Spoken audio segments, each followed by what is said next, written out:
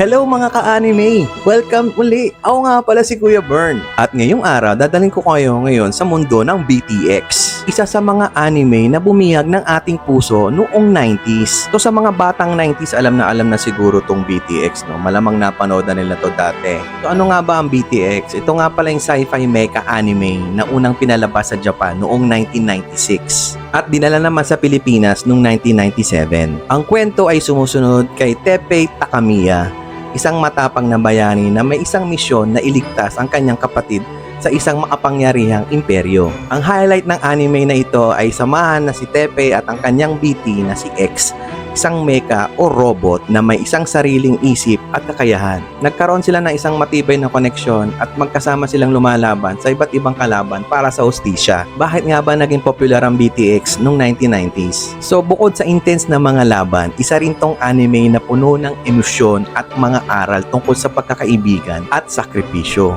Napamahal ito sa mga Pinoy viewers dahil sa unique nitong konsepto ng mecha at nakaka-inspire na storyline. At syempre, hindi natin malilimutan ang epic na soundtrack na talaga namang tumatak sa ating mga Pinoy. So ayan mga ka-BTX, sana nag-enjoy kayo sa ating throwback session ngayong araw. Kung gusto nyong balikan ng iba't iba pang classic anime, don't forget to like, subscribe at abangan ang ating mga susunod na episode. Kita-kits sa susunod na throwback session. Salamat ulit sa panonood. See ya!